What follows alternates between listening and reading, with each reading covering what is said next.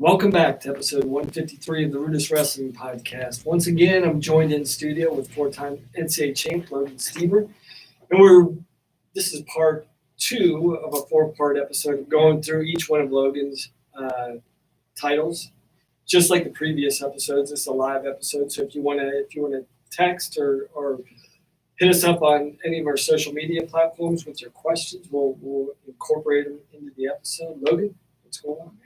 Not much. This is exciting. I enjoy coming in and kind of, I don't know if I like reliving the glory days, but it's fun to talk wrestling. So let's tell some stories. Yeah, and it's fun for me to think about your career and go back and like pick out and pull different things out that I was aware. Like, I was coaching while you were competing, so I was obviously aware of everything you were doing. But jumping back into your season and digging in, it's kind of fun to look back and the different storylines that were in there and kind of going through, the ups and downs. Every season is different, right?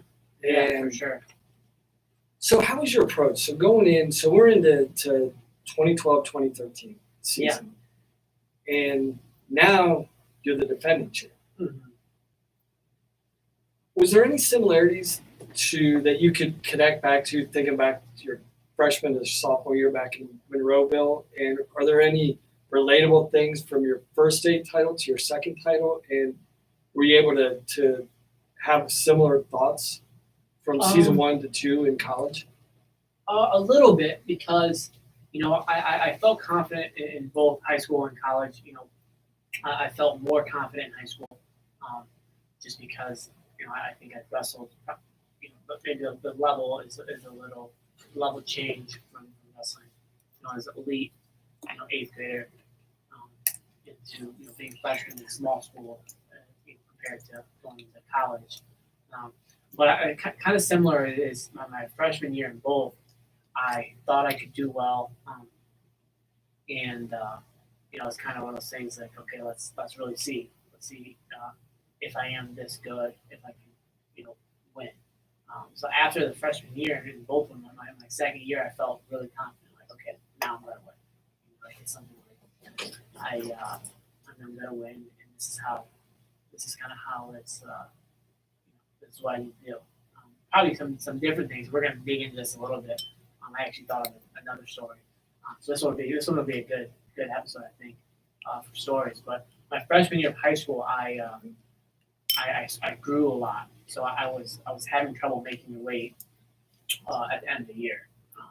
And my first year, 133, freshman year, I had no issues. But my second year was a lot tougher. In my second year in high school, I bumped up 2 weight classes to 118, and that was really easy. So kind of flipping the years on those, because this year in college was really, really tough. So going into that year, what were you walking around at? Probably I was probably about 155. I think that year I was lifting the most with my roommates, and I was pretty strong, and I was probably about 155, and I was probably about 150 the year before, maybe like a soft 150. And I was still not super, like, I've never been someone who's really shredded or anything, but I was definitely a really strong about 155. I just knew, okay, I'm 33, 141. That's just kind of that's how it's going to be. And I knew I would be really heavy at the beginning of the year, and then you always assume things are just going to work out. Okay, I'll make it, and eventually you are kind of used to the weight.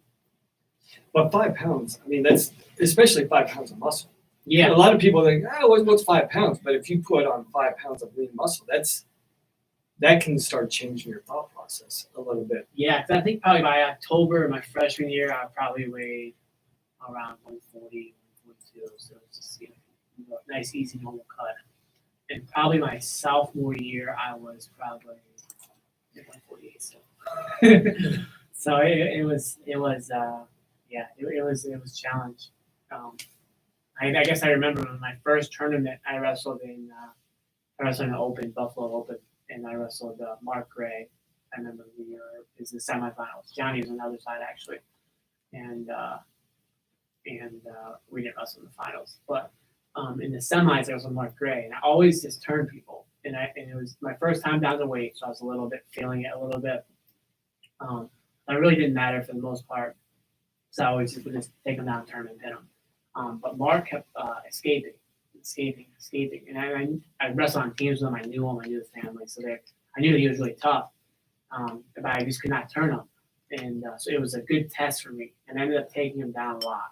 I think I won that major, maybe like 16-6, something like that. I scored a lot of takedowns. He was really young, but he kept getting away, and it was kind of like it's like the tail when the guy pitches to himself, right? He misses all of them. It's like, okay, I was thinking, maybe I need to get better on top. Or I'm not that good on top. But then by the end of it, I was like, I'm great on my feet and I'm in great shape. And I was like, I'm gonna win again. Yeah. I say after that match, I remember telling Hunter, I was like, I feel good. I think I'm gonna win again. Did it kind of get in your head though? A guy getting away from you? Like, what the heck? Like, because when I think about it, it's like when a guy got underneath you, it's just lockdown. Yeah. Like, he ain't going anywhere. Yeah, it didn't really, a little bit at first, where I'm like, gosh, man, he keeps getting away. But in my mind, I'm like, okay, well, I need to score left once, regardless. And my kind of philosophy, and usually it only takes 2 or 3 takedowns. In this match, it never worked. But usually after 2 or 3 takedowns, I end up catching something, whether it's the right wrist or an arm bar or something where, okay, well, you get away from me once, okay, you get away from me twice. By 3rd time, I've had 3 different chances. I'm going to find something that works for me. And I didn't. You did a really good job. But it was really good for me because I felt extremely confident. Especially because I just didn't wrestle that many full matches. And when I did, it was I was like, wow, I'm good. I feel good about myself. I'm confident and I can wrestle the whole match. And I wasn't too tired. I scored in takedowns, and I thought if I could do that against a quality opponent, then I feel good. I'm very confident in my ability. Was it almost like pick your poison? Like, I'll beat you any way you want me to beat you type thing? Yeah, I mean, I don't really remember the match too much. I mean, just I should have done that in a little bit more. Like, overall, like the takeaway after that match, like, hey, if you want to play the takedown game, I can beat you in the takedown game too. Yeah, for sure. I felt that, and it was something that it's funny. I still get this, if I do camps and stuff, they always want to know, my arm bar stuff, which is good stuff. But I was always extremely confident in my feet ability, the neutral, and I always thought that my takedowns were really good. I just didn't have to score that many. For me, it just made sense to take the guy down and pin him rather than score 12 takedowns. So I think that sometimes people didn't think that my on my feet, my neutral game was that good, which is fine. But I always thought it was. So when I had opportunity to like showcase it, it was very good for my confidence to do that. Yeah, because I used to tell, especially my young guys, I would say, guys, in high school, once you get to the leg, the battle's pretty much done. Yeah. But the transition into college, typically, once you get to the leg, that's where the fight begins. Yeah. And I think that's the biggest transition. But I know, remembering looking back at you, like, hey, if Logan gets his hands locked, end game. Like, if he gets even his fingertips locked, like, done. Like, it's over. Like, you just had that. You made it look exactly the same from high school to college. Obviously, there was probably a period of transition that you went through, but that's the one thing, even from your freshman year, I'm like, this guy gets his hands locked, you're done. Like, you can't let him touch your leg. I have on my shoulder shirt now, but and I had a good ability to do that. So yeah, I mean that was definitely the first kind of moment of the year, but it's easy to look back and say, well, yeah, I thought I was gonna win, of course, after I win, but I really did. I believed that I was going to win again after that match. Just against a guy who was good, not really highly ranked. He might have even been redshirting, but just the idea of scoring takedowns like that, I felt really good. Well, this kind of ties into what we just talked about. We've got a question from June. She wants to know, and it's funny because we were just talking about you get your hands locked, you're taking somebody down. June's question wants to know what's the best base for any level of defense. Now against you, I would say June, we just talked about this. If Logan gets his hands locked, you're getting taken down. So any type of defense you want to try and impose on Logan when his hands are locked, not going to happen. But anyway, it's a serious question. Yeah, I'll say this. I'll say, your head and hands should be always the initial. I think even the guys who are awesome defensively, they make sure that when the guy gets in, they manipulate it to a position where they're good there. So don't ever give anyone a free shot, even if you're good defensively. But secondly, I would say you have to spend a lot of time when they get in the leg. I mean, we've talked about this in the past. If you do the old "don't let them get in," that's really, really bad idea. So yeah, I mean, spend lots of time. They beat your head and hands. They're in on the leg. And just baseline defense. I like to go tight waist. Catch the far ankle, stuff the head. There's obviously a lot more advanced stuff, but positionally work on when they're in. Don't try not to let your partner ever get in, because it makes it really tough in a match when they do get in. And I think actually baseline defense is probably one of the easiest ways to start figuring out play wrestling. Yeah, for sure. Because you can get the defensive guy can give you different feels pretty easily. Mm-hmm. And I think we've talked about this a little bit about, the evolution of play wrestling, sparring, whatever. But I always thought starting with baseline defense gives both guys an understanding of that give and take that you have to have in play wrestling, right? Yeah, for sure. I mean, I think that you can learn to be creative with your defense, and starting with baseline is good. And I think it's always tough too, right? Like I remember when I was growing up, there really wasn't any play wrestling or sparring or anything like that. It was just like he shoots you sprawl. Yeah. That really doesn't give you the right wrestling feel. It teaches your body what it should do, but it doesn't give you an understanding of what this defensive position should feel like, right? Yeah, it's just not realistic. Yeah. It's not me going back to high school right now and saying, okay, don't let the guy hit my legs. Then I could probably have pretty high, percentage of them not getting my legs. I'm wrestling at the highest level against the guys the best in the world. It would be arrogant to think that they can't get your legs. Yeah. Okay, so we're back in the season. You start off Buffalo Open with Gray, and then after that I know we were talking a little bit earlier. Did you get your hamstring tweaked right after that? Yeah, so that'll be. I have two stories. So we didn't talk about the first one. We talked about the hamstring. So the hamstring happened right after Christmas break, but we'll get to that in a second. The next one is Vegas. So Vegas is always the biggest tournament that we go to during the regular season.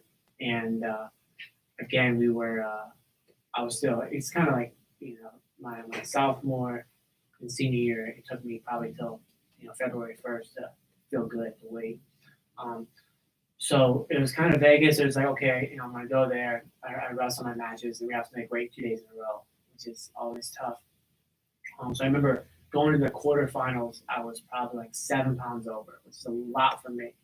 But I knew that my guy was pretty good, kid from Purdue. I forget his name, Danny Sabatello. Yeah. So he's good, tough kid. So I thought, okay, I can lose probably 2 or 3 wrestling him. I put my sweats on, lose another 2 or 3, and hopefully go to bed under 2 pounds over. So I go out there. I remember I go out there, taking down an armbar half pin for like 45 seconds, not sweating, and I'm like, oh, half of me is like, yes, got the pin, happy. Another half is like, oh, this is gonna be bad. So, so let's rewind that a little bit. So typically from day 1 to day 2, where did you want your weight to be, and what was the process for you to get it down? Yeah, so I wanted to be weighing at 33. Next day I got to weigh 34, probably go to bed 35. So I wanted to be really, like 5 pounds over, probably competing in the quarters about 5 pounds over, so that I could lose 3 pounds afterwards and be good to go. What was your typical in match? Like if you wrestled a good pace 7-minute match, like with that tournament adrenaline going on, how much would you typically lose in a match, or did you not really pay much attention? Yeah, that's a good question that I don't really know. That one's tough. Yeah, so typically around 5, lose 3, drift 1, then And in tournament's a little bit harder, and that's why I got up to like 7 over because I weighed in at 8 a.m. that day, and like the semifinals were at 7 p.m. or quarterfinals were 7 p.m.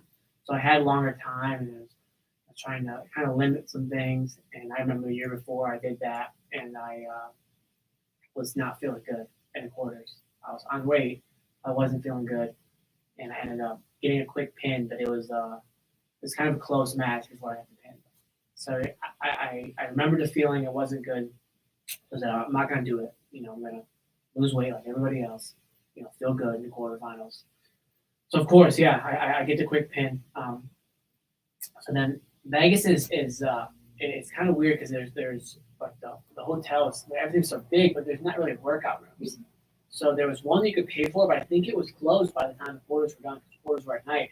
So I just put all my stuff on. I'm running around, I'm watching Hunter, I'm watching I'm watching all our teammates. I'm jogging. I'm kind of being. I broke kind of early. I was kind of running, so I did maybe an hour and a half of slow jogging in a 60-degree gym, huge gym. I think I probably got down to 4.5 at night, and I was like, okay, man, this stinks. So I went to bed. I think I woke up at 3 over. So I woke up at 3 over, and I remember the day before there was a scale that was 0.8 tenths light. It's almost a pound under. So I'm like, okay, so I'm 3 pounds over. I really need to be about 2 pounds over. This is good. So I run in the morning for another hour and a half, but real slow, my dad's down there, and I'm just I'm mentally broken. And so we get maybe 30 minutes before weigh-ins, and so I go check on the scale. So they had 10 scales for the first day. Second day we only had 4 or 5 scales. I keep looking for the light scale, it's not there. So whoever had the light scale, they didn't bring it for the second day. So I was kind of banking on that. I think I was still 1.2 over with maybe 30 minutes left. And I was I broke. I told Tom, I was like, I can't make it. I was like, I'm not making it. And I was like, because we were really close with another team to win the Vegas title. So I was like, Coach, I'm sorry, I can't. I can't do it. My feet felt like they were I was in the water for a long time. Yeah. They almost starting to rip and stuff, little scrapes. My feet hurt, and I was like, Coach, I can't make it. He was like, you sure? He was trying to give me all these ideas, and I was like, it's not happening. I'm not making weight. I'm done. He's like, all right. And I remember Lou came down, and had you ever missed weight before? Oh, never missed weight. So Lou came down, and he was like, oh, no, you're good. Get your stuff on. We're going to sprint. I was like, okay, So I remember we're in the kind of, not the hallway, but in the big convention center. We're sprinting, down and back, shake it out.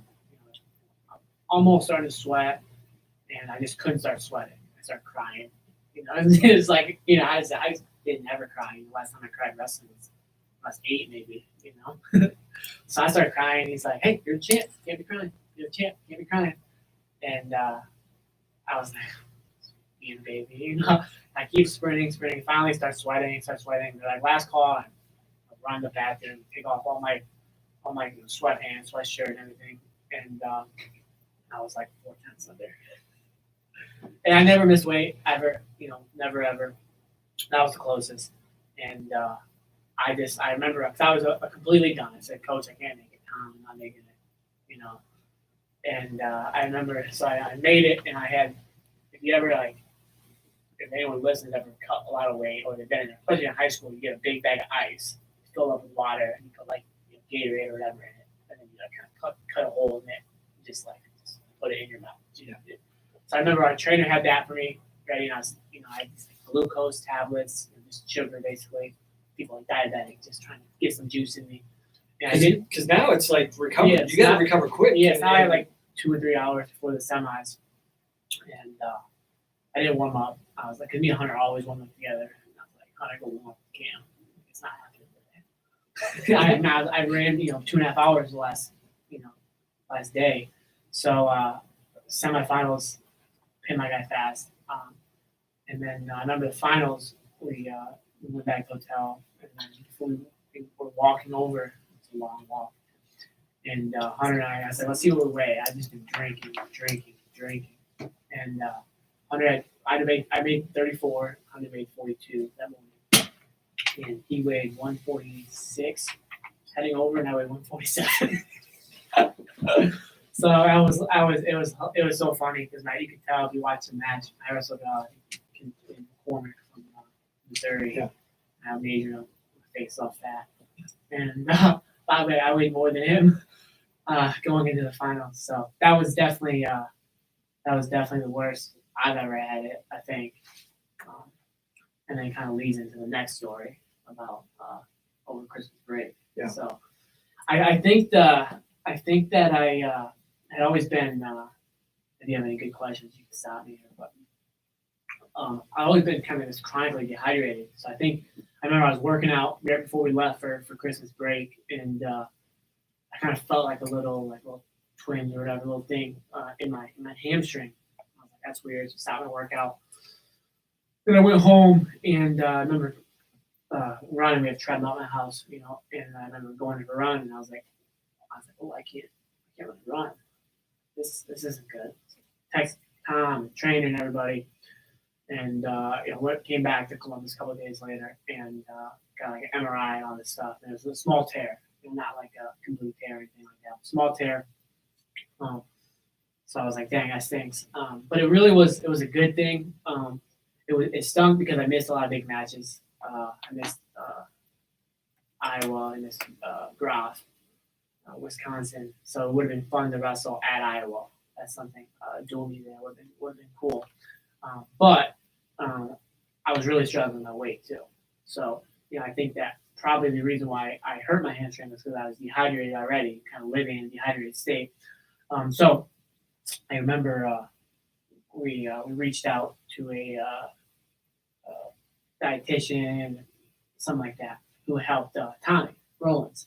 Okay. And he's I think he was pretty unknown at the time. Now he's been doing things for UFC, big UFC stars.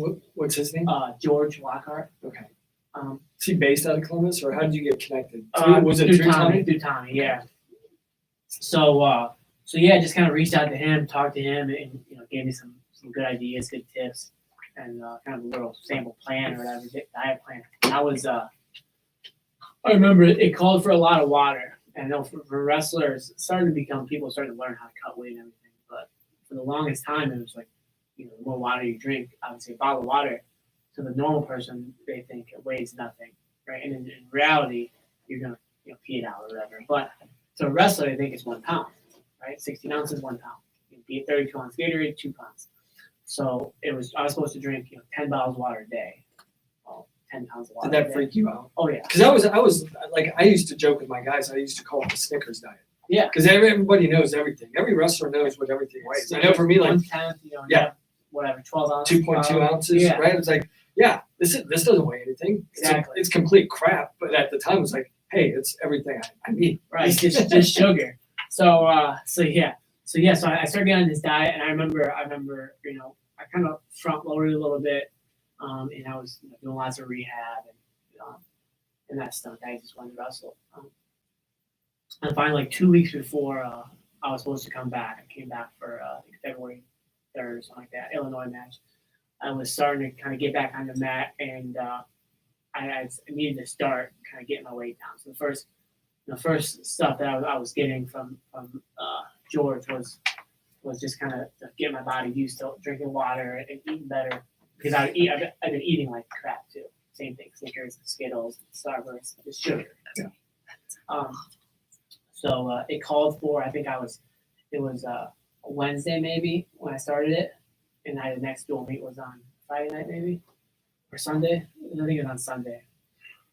So I was drinking all this water. I think it was like 2 gallons the first day, and then it was like, okay, 10 bottles of water every day. And I remember telling Coach Ryan, I was like, Coach, I'm going to weigh a lot. I was like, I don't want to get in trouble, because it's like I'm always in trouble for my weight. And it was my fault. It wasn't, they were trying to hold me accountable, of course. And I was just, not doing a good job with it. So I was like, Coach, I'm going to be heavy.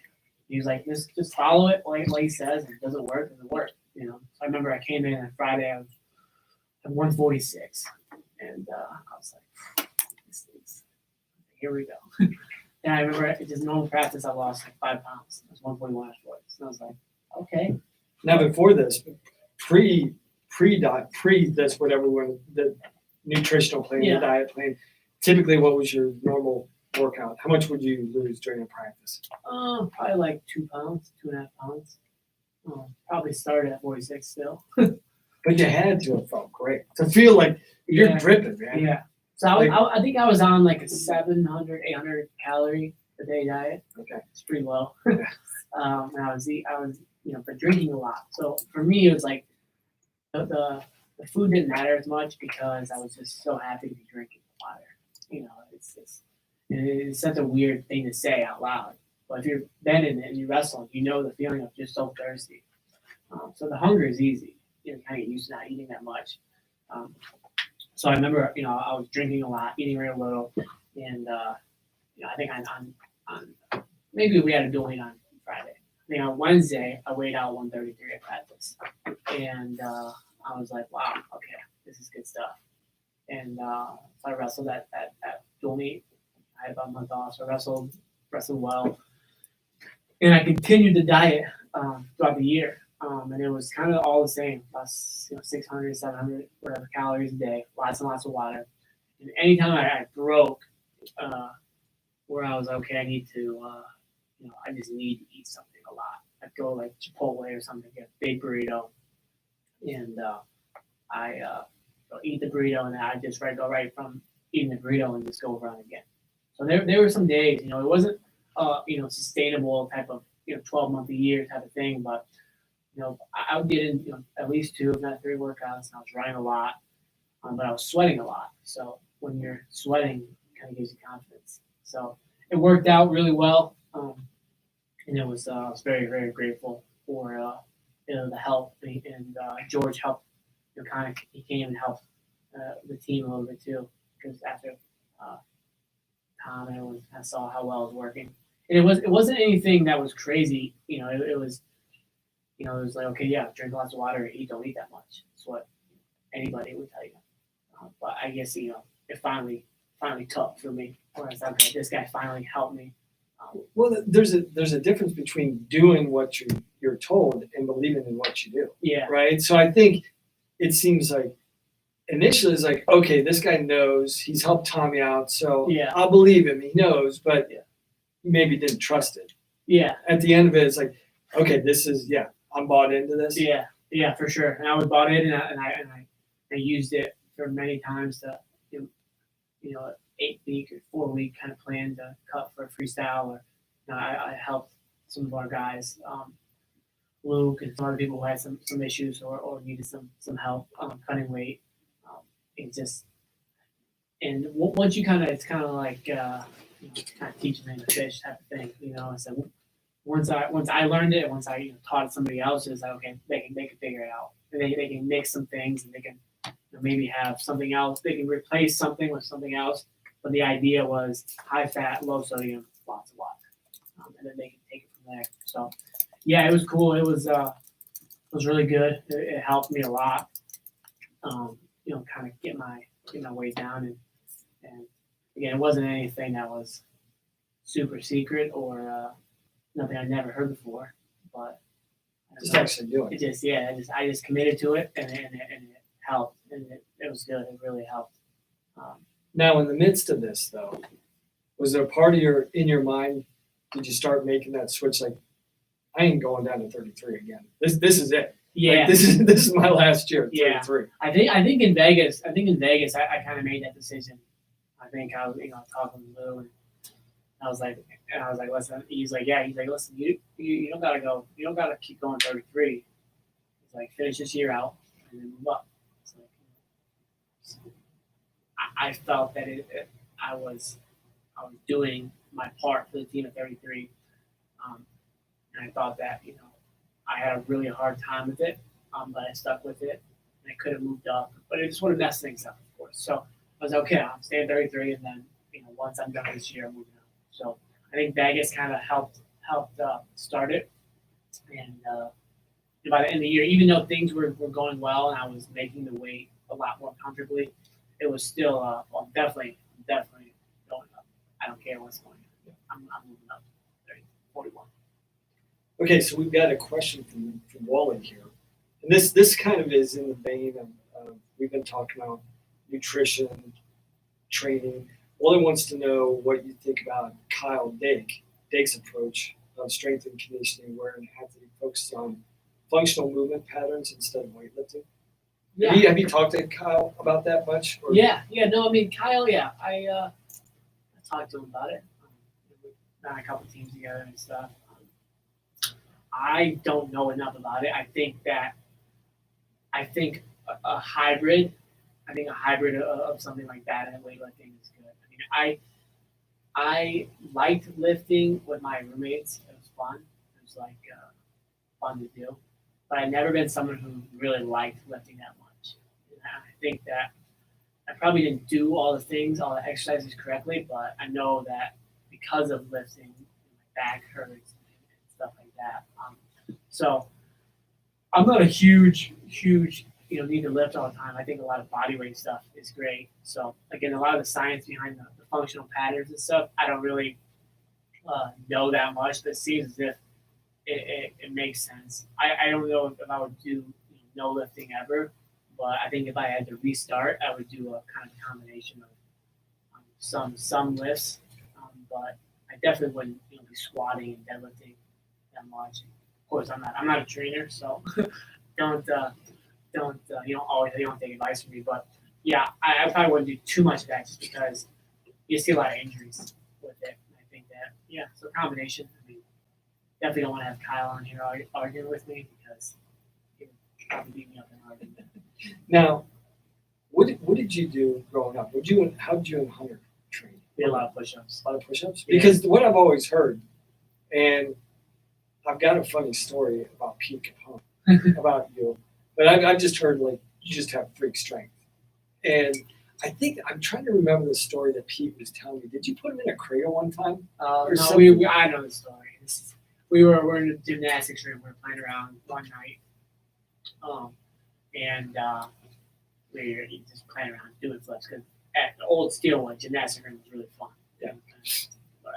Trampoline and all that stuff. And we kind of were just playing around wrestling. And I remember I shot in, and I kind of gave him like a cutback feel. But he was going a little easy on me. But even I think him going easy on me, he could feel like, oh wow, because he was probably 200. He was a small heavyweight, 210 pounds. Yeah. And I was 150, and I was able to kind of with him, obviously not going 100%, but I was able to kind of my neck and shoulder and arm strength, able to kind of give him almost a scary feel defensively. So I think that was like for him, it was like, wow, I'm so much bigger, and this guy can move me when he's on the leg. I wouldn't have been able to take him down, but I could threaten to take him down, which is probably pretty strong. So yeah, we did a lot of push-ups. We ran, jump rope. We had like weights downstairs, but probably mostly just like bench. We didn't have like an actual squat rack. We had one of those Smith machine. Yeah. Like you roll it, whatever. But we had bench, so we liked bench. But everybody likes bench. And I'm sure you get this a lot now with Stieber Elite, with parents. Now you're engaged with parents all the time. Yeah. You probably get a lot of strength and conditioning questions. Yeah. What do you tell to your kids in the club? Yeah, I mean, about that? I know some of the kids they have, or some of the parents, especially some of the high school kids, they have good relationships with like Dustin Myers and stuff. So Dustin is expert in that stuff. So and any strength stuff like that, I trust Dustin and those people. I would say, especially for the younger kids, lots of body weight stuff. If they want to know what type of lifts they should do, I would say go ask Dustin. Right. But for just we want to get stronger, kids young, we don't have that much strength stuff at home. Honestly, just lots of body weight stuff: push-ups, sit-ups, pull-ups. I mean, do 100 pull-ups every day. Do 250, 500 push-ups a day. You're gonna get strong. You don't need a bench press or a curl or anything like that. So, anything like that, I would just, that's easy. Do it at home. Yeah, and especially with, and again, I don't want to, I would defer to Dustin as well, but as young kids' bodies are growing so rapidly with growth, like you don't need to stress your body with actual weights. There's plenty of stuff that you can do, like you said, that just naturally get you strong. And so we did lots of push-ups. I remember growing up, it was something that Hunter and I were strong, and which is like, little kids or parents, everyone likes to talk when you're growing up. And I remember one of the things was like, well, they won't be that good when they're bigger because everyone will be the same strength. Which obviously they weren't the same strength, no matter how old we got. Yeah. But I guess maybe if we would have stopped, right, we would have been doing all these push-ups and stuff until we were 12 and it stopped. By the time we were in high school, people would have caught up. But we continued to do those things, push-ups, and time we were in high school, junior high, whatever, we had bench press and stuff and curls and just simple things. But sometimes it's as easy as going outside. If you live on a farm, picking the bales of hay up, and you're gonna get strong that way. Trust me. So, so that's a long answer to that question. Well, this is a perfect question from Ed because it kind of fits perfectly where we're at in the season, kind of getting towards the Big Ten and the postseason. Ed wants to know, how are you able to handle the expectation and pressure of living up to your past successes as his career progressed from high school through college? Yeah, I would say, honestly, the coaches did a great job. My parents did a good job of always trying to keep me humble. So I never was really, I saw the goal, but it was never really like, okay, I have to do this, or the people back in the Monroeville won't like me. I knew that wasn't the case.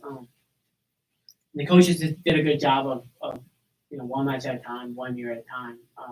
The next one doesn't really matter. Who cares about my junior year? But let's try to do one and see what happens. So, and they did a good job of preaching kind of,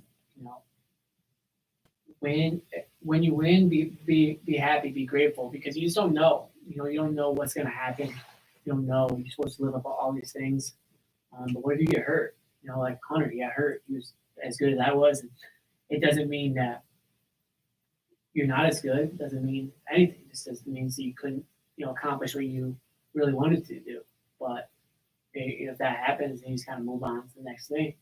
So for me, I had the goals of I wanted to do all these things and I wanted to, win the title my sophomore year. But I knew that if I didn't or something happened, that it would be okay. So it just So I think just good people around me, kind of help molding my mind.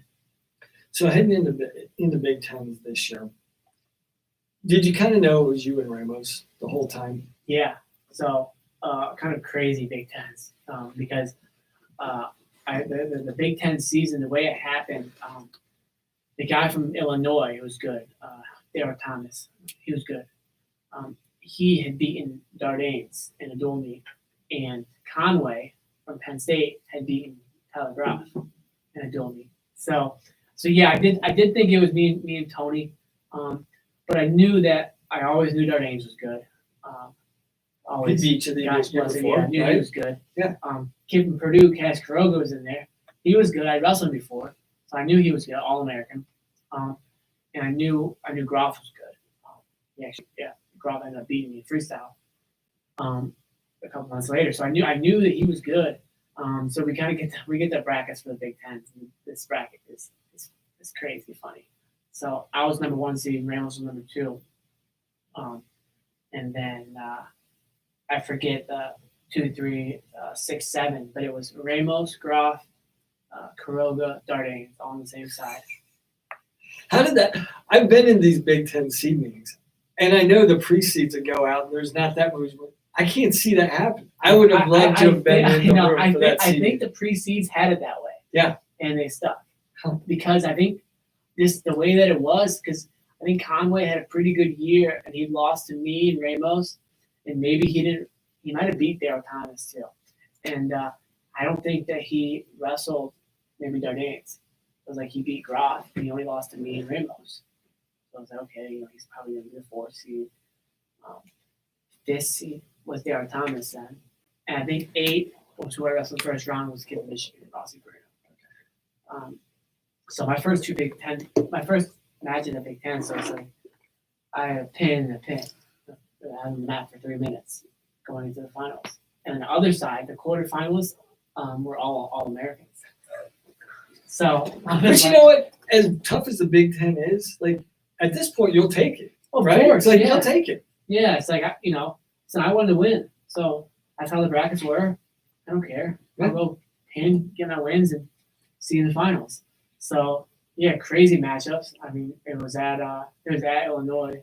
So it was a lot of Ramos fans in there. I think it was Ramos and Groff in the semis. Good match. I mean, all the quarters were awesome. I got a quick pin. I'm just watching. Semifinals same way at Conway on a bar half. So yeah, it was crazy. And then going to the finals, by the time March was in, my weight was good. I'd been on the diet and I was feeling good.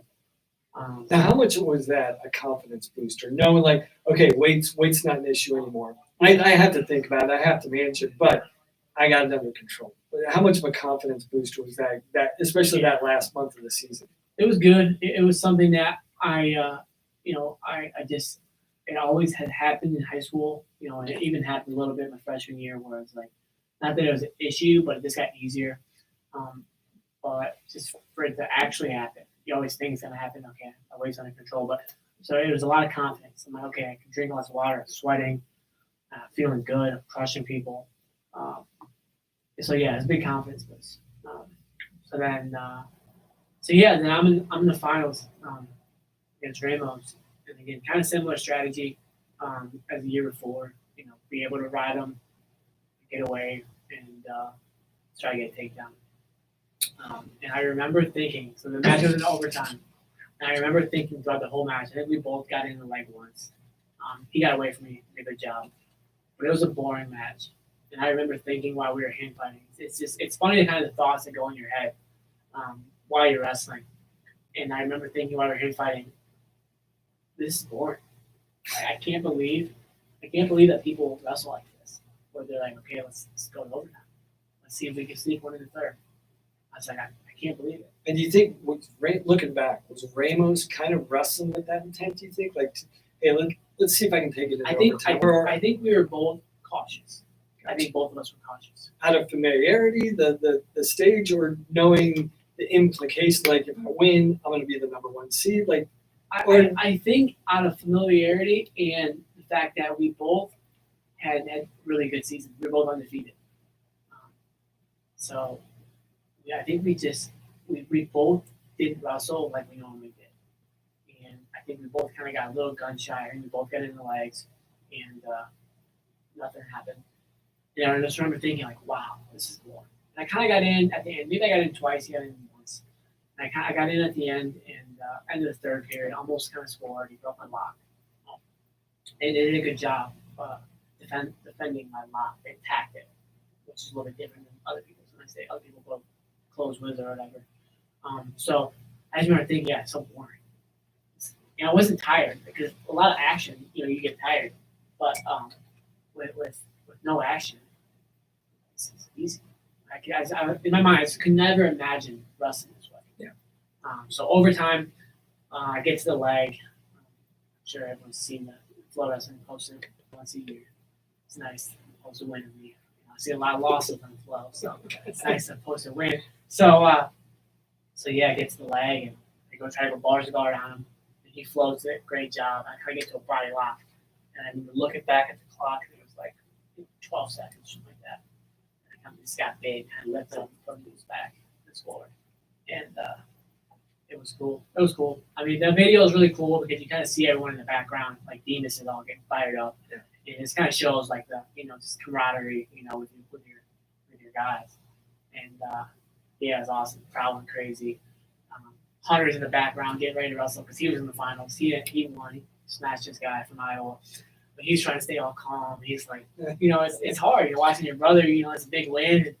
And so yeah, it was crazy. It was cool. I remember I got off the mat and Johnny Demas and Andrew Capitano were all there.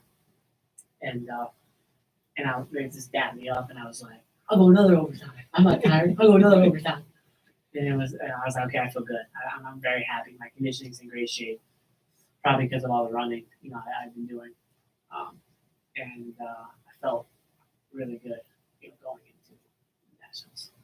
So heading into NCAAs that year, how much of a benefit of not just winning it, because I think that's an important component from a confidence issue, like I know, but understanding how you have to navigate the tournament and the emotions of each session and each day, and you're actually adding one day. Like I think that's one of the biggest adjustments from high schoolers is wrestling that third day. Yeah. I mean, I felt good by the time. It was a little bit of learning my freshman year. By the time I was second year, I felt like I was a pro. I felt okay, one at a time. And Hunter were both number one seeds. So we're kind of similar patterns. One at a time. Let's get it in. And he had some close ones early. He was wrestling a little bit. One of the few, probably the only time he ever wrestled a little bit. Not scared. What's the word? Almost like protecting. Really close matches. Careful not to make any mistakes. So he had some tight ones early. Now in the moment, there's so many things that I'd love to get into just about your relationship with Hunter. Yeah. But in the moment when you recognize those things, is those things that you would talk about with Hunter during the tournament? Like, hey man, you're clutching a little bit. Yeah.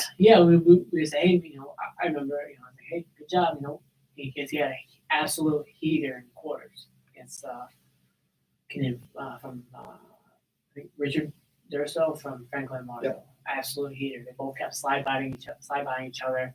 A lot of close calls, and I was like, all right, you're good. You won, move on, and just trying to give him, help him a little bit, and so it was, something we just talked about, and it didn't go as well, obviously, as he wanted, but he finished really, really strong. But it's just, we were roommates, we did everything, so it was like, we won our match, okay, let's go. Won our match, let's go. So. And is it nice from, I don't know if I'd characterize it as an emotional outlet. You can focus your emotions on Hunter as opposed to yourself. Yeah, I mean, it's nice because I knew that I was prepared. So I knew that I didn't need to worry about myself. Now I might not go out and win, but I knew that I was prepared. So it didn't do me any good to worry about myself. So I knew that I could give a little focus on Hunter. And at this point, I've been through enough, just like he's been through enough, of watching each other wrestle, that it wasn't going to get us too up or too down, whatever happened. So, we knew that, okay, something bad happened, and this is what it is. We're both responsible for our own matches. So let's get into your tournament and break that down from round one. Yeah, so I think round one I had Brandon Gambucci from Duke, Ohio kid. I think I had him. He was real kind of funky.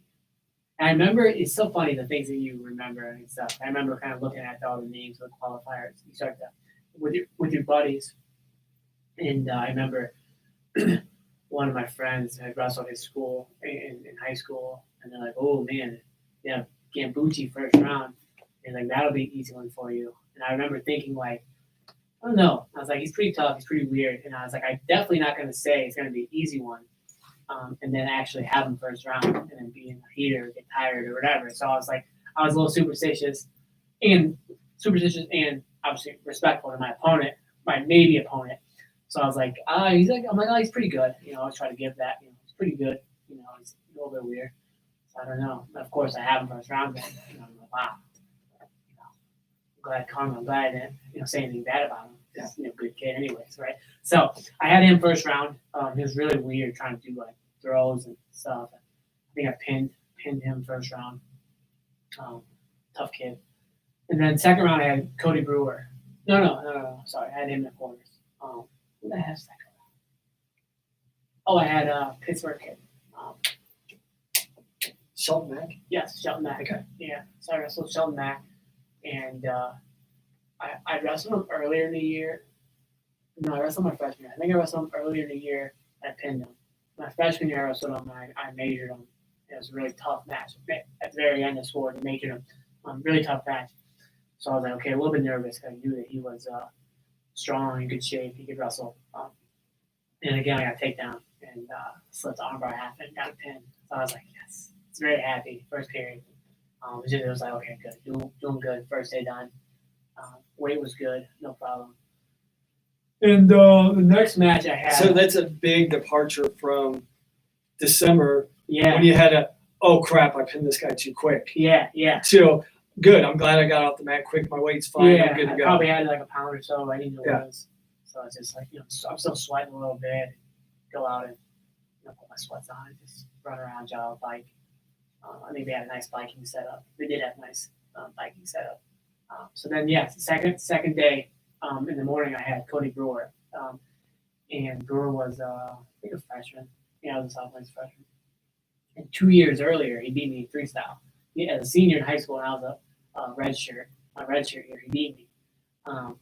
And he beat me like, it wasn't even like a controversial beat. He just took me down. It was like 2 periods. It was like 6'3", 6'4". I was like, And he didn't wrestle in the trials, ended up making the team. We talked about this last time, Junior Worlds, so I knew he was good, great double legs. So I remember wrestling, I was like, oh, that guy's be real low. I can't give up a double leg. And he just he's a guy that brings it. When I think about Brewer, like, all right, man, we're going to scrap here. Yeah, so I got, I don't know if I got 1 or 2 takedowns. I think just 1. But I went crazy on top. Claw wrist, roll, turn. And I think after the first period, it was 14-1. And I think we're on our feet second. His choice, each other's feet. I took him down. So quick tap fall.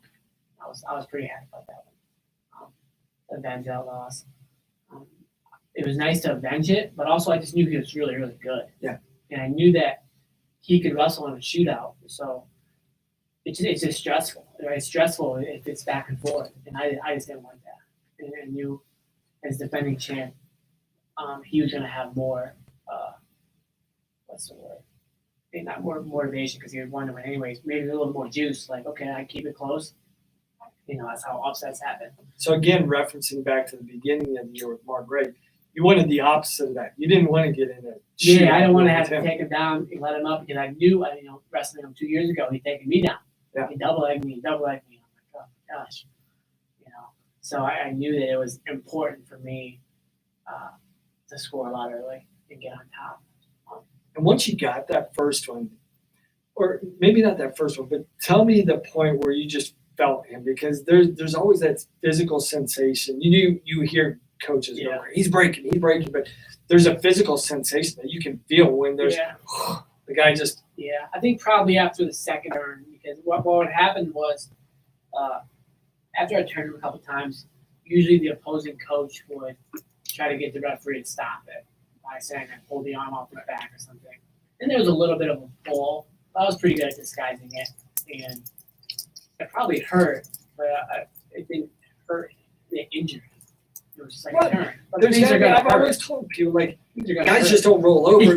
For a guy to actually physically turn over, you got to introduce a certain level of pain and discomfort to say, I don't want to fight this anymore. Exactly. So they were probably had a little bit of a point. I was probably off the back a little bit, but I did a good job of keeping my chest on and turning on it. So I probably after the second turn, after the second turn, then it was, I was like, okay, now it's I'm gonna turn a lot, whatever I want. Yeah, that was good. And then that was when Hunter had his heater, quarterfinals. And then going into the semis, I had AJ Shop, who I wrestled in the year before in Vegas finals. And I knew he was really good on top. So again, I was like, man, I need to make sure. I didn't think he could turn me, but I just didn't want to get in a situation where we're getting a scramble and he's rising for a while. So I wrestled really, really well. I think I was up maybe 10-1 or 12-1 after the first period, 2 takedowns and a bunch of turns. Same claw wrist tilt, and I was moving. I think the second period he chose top, probably rode me for a little bit. I got away, and I forget what the score was. But I remember in the third period, this is funny. I remember, I was trying to turn. I couldn't turn him anymore. I think I needed like 2 or 3 takedowns to get the tech fall. And it was at the point where I was really confident in my wrestling. It was something that I just thought that almost as if nothing could go wrong, which ended up kind of hurting me the next match. So I was like, I'm going to kick him out, which is something I never did. If you watch my semifinals my senior year when I was better wrestling, probably a younger and not as good yet kid, Kevin Jack, I just rode where I probably should have taken him down, let him out, taken him down, 12 points. But for whatever reason, I was kind of feeling myself. And so I scored. And with like 1 second left, I scored the go-ahead, the tech ball takedown.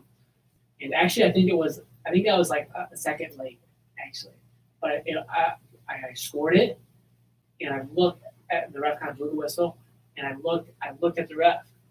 He looked at me, and he was like, 2. And I think because I was so confident in it, he was like, That's true, right? He was like, yeah. It didn't make a difference in the match because it was over. But for me personally, I don't even know if we got a trophy. We probably didn't get a trophy, so it didn't make a difference. Team race. I was just trying to be dominant. So I was like, man, I really wanted that. So I look at the ref, kind of maybe a pointed like, he was like, yeah, 2. They rung it up, and I was like, so that was cool. That was really cool. I wrestled, yeah. So and then I was really confident. Kind of sidebar. It's the RUDIS loss, and I was in the back. So I was at nationals.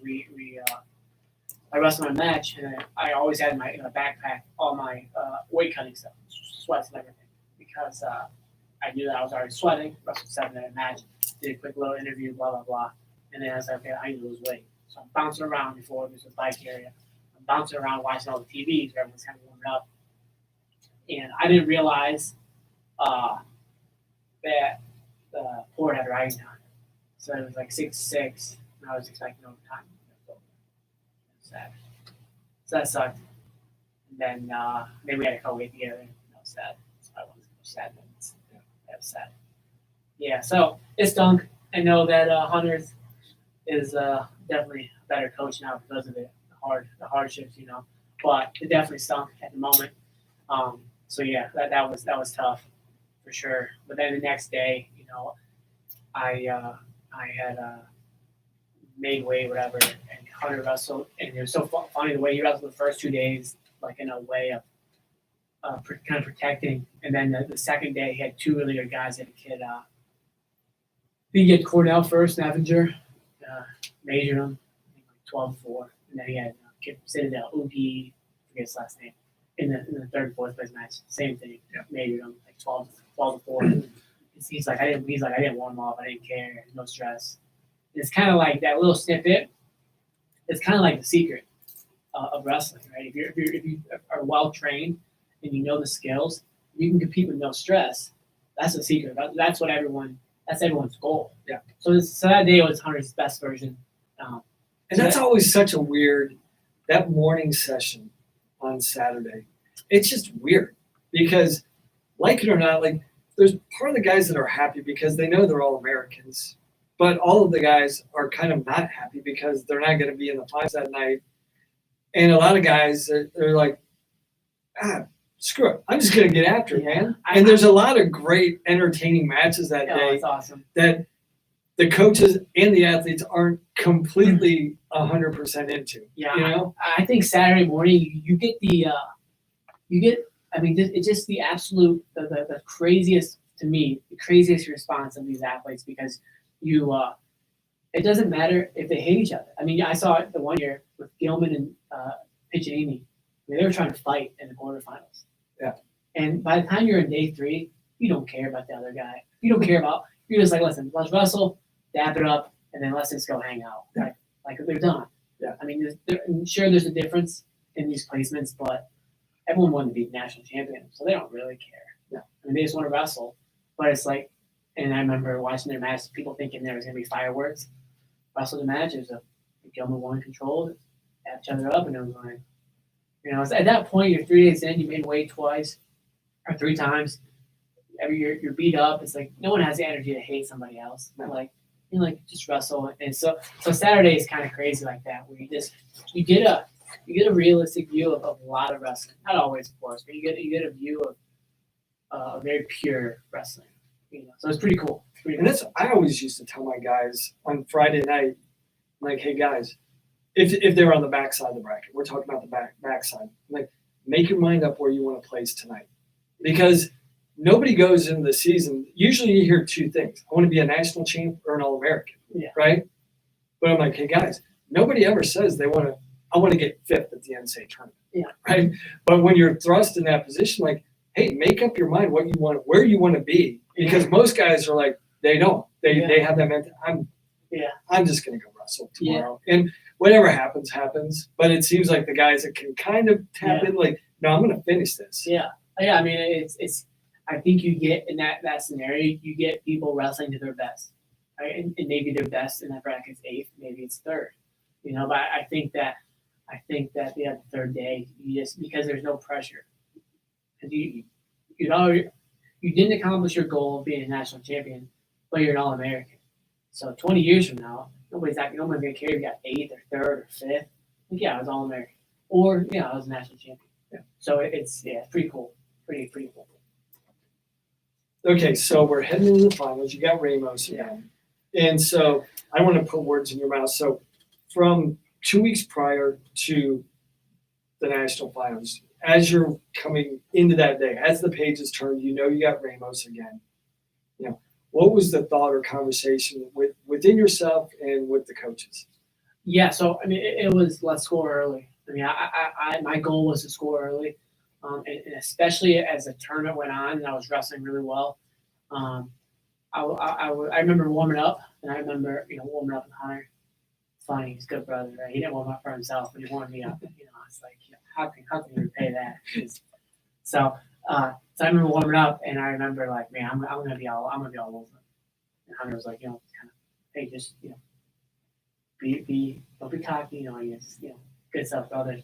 And I was like, I'm gonna be all over him. I was like, I'm gonna score. Like, I just felt it, so I felt really confident, and I knew I had to do more anyways, whether I scored early or not. I just didn't do enough in the Big Ten match, and I didn't like the way that I wrestled. And I was happy to win. I'd take that win any day, but I just didn't really like. I didn't like not attacking that much. So I just thought, okay, I'm gonna attack. I'm gonna be all over them. So kind of going into the match, I remember. First off, I didn't give up any takedowns at all year. So I remember thinking, we gotta keep that going. And I didn't wrestle Ramos to duel me, and I didn't wrestle Groff. So those are obviously two good guys. I could have taken me down, but I was like, I'm kicking everyone's butt. So I was okay. I need to.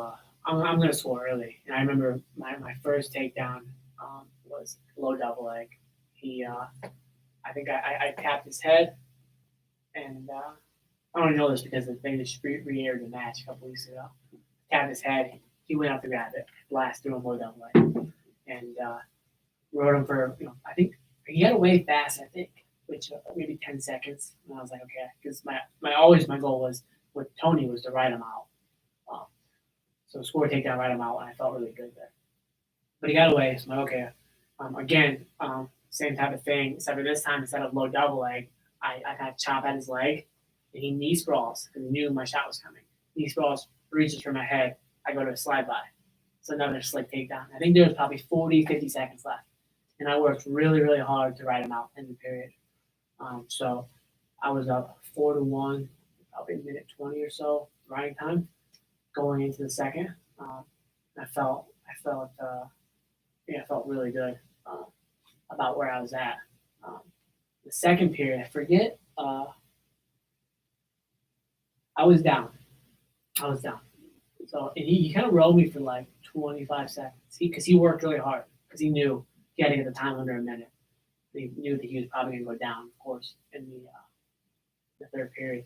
So he rode me, got the time under a minute, and he got to my leg. And I've been doing this like kind of a little stupid roll in practice. And if you watch it, If you watch it really carefully in the match, he catches my other foot. So what I was doing in practice that I was working was I would do this kind of variation of a funk roll, and my foot that was free would kick his like hand with the foot that he has, and he caught the foot that I tried to kick with. So then we get in that big scramble. I get in the cradle, kind of cradle. Yeah, I mean I don't know if it was hand locked, maybe, and I kick out of it.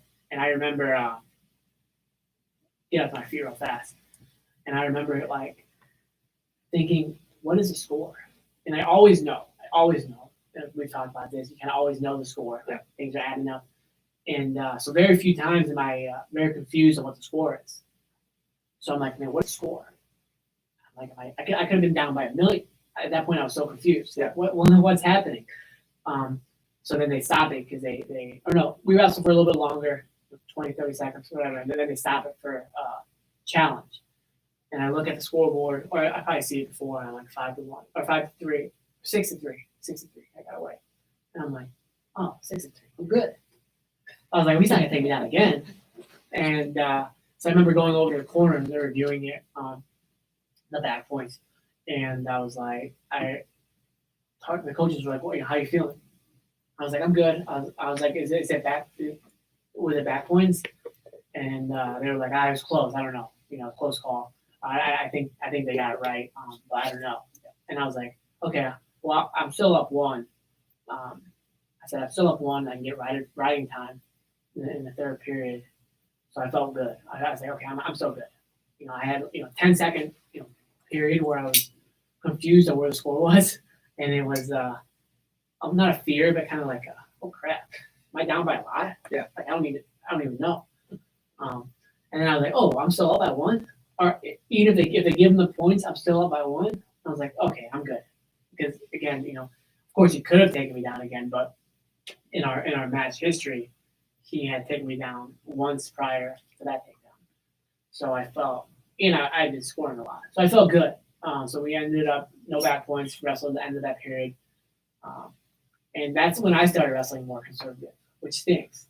When you look back and you're like, man, I was opening up, I was shooting, I was slide by, and I was scoring. You get kind of a little bit of fear, a little bit of scare, yeah, and you start maybe wrestling a little bit more conservative. So I did, which was, I guess it was good. I didn't need to score anymore.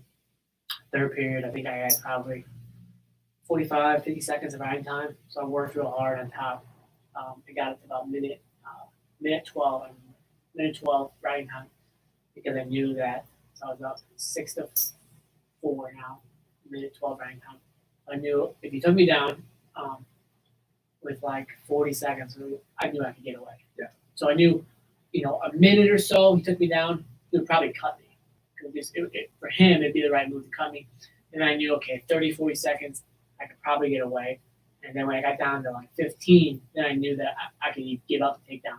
After 12, 11 seconds, I could give up the takedown. And I still went 7-6. I kind of got a cow catcher position.